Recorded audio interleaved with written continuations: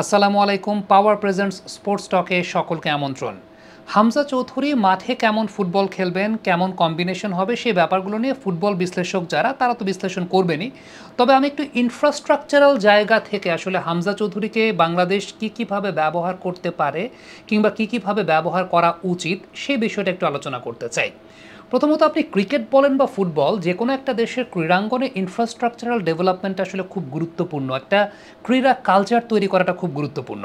হামজা চৌধুরী যে লেভেলের ফুটবলার বা যে লেভেলে ফুটবল খেলেছেন, বাংলাদেশের ইতিহাসে এর আগে কোনো ফুটবলার আসলে ওই লেভেলে ফুটবল খেলেন নাই। জিনেদিন জিদান, হুলিও সিজার কিংবা এমিলিয়ানো মার্টিনেস তারা বিভিন্ন প্রচারণার কাজে বাংলাদেশে এসেছেন ঠিকই, কিন্তু তাদেরকে আমরা ওই একদিনের জন্য পেয়েছি। বাট হামজা চৌধুরী লাল সবুজের জার্সি গায়ে খেলবেন। So not only as a footballer, আমি আসলে ওই জায়গাটাই দেখতে চাই যে হামজা চৌধুরীর কাছ থেকে বাংলাদেশের ফুটবল আর কী নিতে পারে, ইনফ্রাস্ট্রাকচারাল জায়গা থেকে আর কী নিতে পারে, তার কোন কোন আইডিয়াকে কাজে লাগাতে পারে। As a think tanker Hamza চৌধুরীকে বাংলাদেশের ফুটবল ব্যবহার করতে পারে কিনা, as an ambassador of Bangladesh football Hamza চৌধুরীর আসলে কন্ট্রিবিউশনের জায়গাগুলো কোন কোন জায়গা থাকে। প্রথমত টেকনিক্যাল জায়গা থেকে পড়ে যে হামজা চৌধুরী যে সারাউন্ডিংসে ফুটবলটা খেলবেন, যাদের সঙ্গে ফুটবলটা খেলবেন, তারা তো একটা জায়গায় মোটিভেটেড হওয়া কিংবা একটা জায়গায় তার কাছ থেকে শেখার জায়গাটা, যে যখন ড্রেসিং রুম শেয়ার করছেন বা একটা হোটেল, একই হোটেল তারা শেয়ার করছেন, তারা তো দেখবেন যে হামজা চৌধুরীর মতো ওই লেভেলের ফুটবলার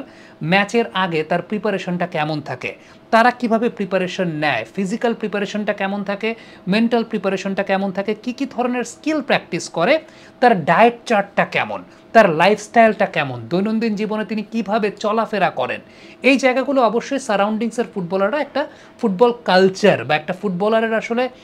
ওই লেভেলের ফুটবলারের কিভাবে চলাফেরা করা উচিত সেই জায়গাটা তো অবশ্যই শিখবেন। ড্রেসিং রুম যখন শেয়ার করছেন, মাঠে যখন ইন দ্য পিচ যখন খেলছেন, অন দ্য পিচ যখন খেলছেন, তখন বিভিন্ন সিচুয়েশনে তিনি কিভাবে চিন্তা করেন, তার গেম প্ল্যানগুলো কিভাবে সাজান, সেগুলো টেকনিক্যাল জায়গা থেকে ইয়াং ফুটবলাররা বা আমাদের দেশের ফুটবলাররা যারা আমাদের দেশের ফুটবল ইনফ্রাস্ট্রাকচারে বেড়ে উঠেছেন তারা যেমন শিখতে পারবেন, এটা একটা খুব উল্লেখযোগ্য ব্যাপার। ঠিক তেমনিভাবে ইংলিশ ফুটবলের কালচারটা কেমন, ইংলিশ প্রিমিয়ার লিগ সেটার নিচে কী ধাপ আছে, একটা ছেলে যখন ব্রিটেনে বা ইংল্যান্ডে ফুটবলার হতে চায় ওর জন্য কী লজিস্টিক্যাল ফ্যাসিলিটিস আছে, সেই জায়গাগুলো হামজা চৌধুরীর সঙ্গে থিঙ্ক ট্যাঙ্কের যারা আছেন তারা চিন্তা ভাবনা করতে পারেন, ভাব বিনিময় করতে পারেন, কথাবার্তা বলতে পারেন, কিংবা হামজা চৌধুরীর কাছ থেকে সাজেশন নিতে পারেন যে ইংল্যান্ডের ফুটবলটা যে এত সমৃদ্ধশালী, তারা কিভাবে আসলে সমৃদ্ধশালী হয়েছে, তারা কোন প্রসেসে চিন্তা করে। একটা ছেলে যখন চিন্তা করে যে আমি ফুটবলার হব, সে কী ধাপ অতিক্রম করে এগিয়ে যায়, তার ফুটবলার হওয়ার জন্য যে পথটা, সে পথটাকে সুগম করার জন্য আসলে ইংল্যান্ডে কী ধরনের এলিমেন্টস আছে যেটা বাংলাদেশে আমরা চাইলে ব্যবহার করতে পারি। একটা একাডেমি, ইংল্যান্ডে একটা একাডেমি কিভাবে কাজ করে, আমাদের বাফুফের যেমন একটা এলিট ফুটবল একাডেমি আছে, সেই এলিট ফুটবল একাডেমিটাতে আসলে কি নাই যেটা ওই সব দেশে আছে, সেই জিনিসগুলো আনার ক্ষেত্রে বা সেগুলোকে অ্যাপ্লাই করার ক্ষেত্রে হামজা চৌধুরী তো ডেফিনেটলি ওই জায়গার লিয়াজোটাও অনেক বেটার।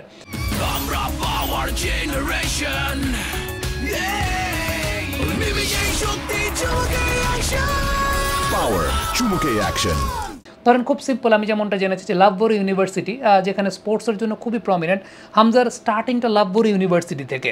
সো ওইখানকার কী লজিস্টিক্যাল ফ্যাসিলিটিস আছে যেটা এইখানে আমাদের দেশে ইমপ্লিমেন্ট করা যায়, ইংলিশ ফুটবলের কালচারটাকে কিভাবে এই জায়গাটায় মিক্স করা যায়, সেই জায়গাগুলো নিয়ে কিন্তু হামজা চৌধুরীর সঙ্গে আমাদের দেশের ফুটবলের থিঙ্ক ট্যাঙ্কার যারা আছেন তারা কিন্তু এভাবেও তার সঙ্গে তাকে ব্যবহার করতে পারেন। আমি জানি না সেটা কতটুকু সম্ভব, বাট আমি এইভাবে চিন্তা করি। সেটা আপনি ক্রিকেট বলেন বা ফুটবল বলেন, যাই বলেন না কেন, যদি এরকম হতো, সাপোজ এরকম হতো যে বিরাট কোহলির মতো একজন ক্রিকেটারকে আমরা ক্রিকেটে বেশ কয়েকদিনের জন্য পেয়েছি, যে হয়তো বা কোনো একটা আমাদের এখানে যদি তিনি প্রিমিয়ার লিগও খেলতে আসেন, ধরেন খুব সিম্পল বলছি, বিরাট কোহলি যদি আমাদের এখানে প্রিমিয়ার লিগও খেলতে আসেন, আমরা তো অবশ্যই তার কাছ থেকে ওই জিনিসটা জানার চেষ্টা করব যে ইন্ডিয়াতে কোচেদেরকে কিভাবে গ্রুম করা হয়, ইন্ডিয়াতে একটা প্লেয়ার আসলে কিভাবে গ্রুমড হয়, দিল্লিতে কিভাবে, দিল্লি ক্রিকেট অ্যাসোসিয়েশন কিভাবে ওইখানকার ক্রিকেটটাকে মেনটেন করে, মনিটর করে, সেখানকার লিগগুলো কী পদ্ধতিতে হয়, একটা প্লেয়ারের কী লজিস্টিক্যাল ফ্যাসিলিটিস প্রয়োজন, এই জায়গাগুলো যেমন আমরা চেষ্টা করব, ঠিক তেমনিভাবে আমার কাছে মনে হয় যে ফুটবলেও হামজার কাছ থেকে ওই বিষয়গুলো জানার আছে, যে আলটিমেটলি ওই সব জায়গায় কীভাবে ফুটবলটাকে মেইনটেইন করা হয় এবং ডেফিনেটলি ইনফ্রাস্ট্রাকচার একটা ভেরি বিগ থিং। এবং যখন ধরেন আমাদের কিংস এরিনাতে হামজা চৌধুরী যাবেন, তিনি হয়তো আরও 4-5টা সাজেশন দিতে পারবেন যে একটা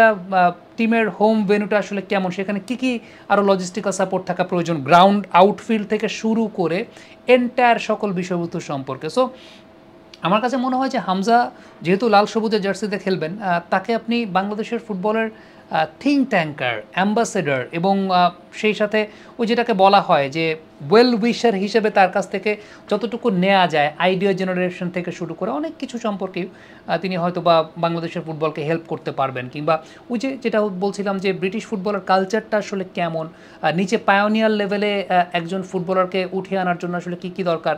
স্পোর্টস সায়েন্সটা কীভাবে আসলে ইংল্যান্ডের স্পোর্টস ইন্ডাস্ট্রিটাকে পাল্টে দিয়েছে। ওই যে বায়োমেকানিক্সের কথা আমরা বলি, বায়োমেকানিক্স শুধুমাত্র ক্রিকেট না, ফুটবলেও বায়োমেকানিক্স, ফিজিওলজির সেটার পার্ট আছে। সো ওই জায়গাগুলো হয়তো বা আমরা আমাদের জায়গা থেকে বললে খুব বেশি কার্যকর হবে না, যেটা হামজা চৌধুরী তার ওই লিঙ্কের জায়গাটাও আছে, তিনি ওই জায়গাগুলো দেখে এসেছেন। সো একটা কোলাবোরেশনের জায়গাটা কিন্তু অবশ্যই তৈরি হতে পারে বা হওয়া উচিত বলে আমার কাছে মনে হয়। সো হোয়াট আই থিঙ্ক যে হামজা চৌধুরী যখন এসেছেন, তাকে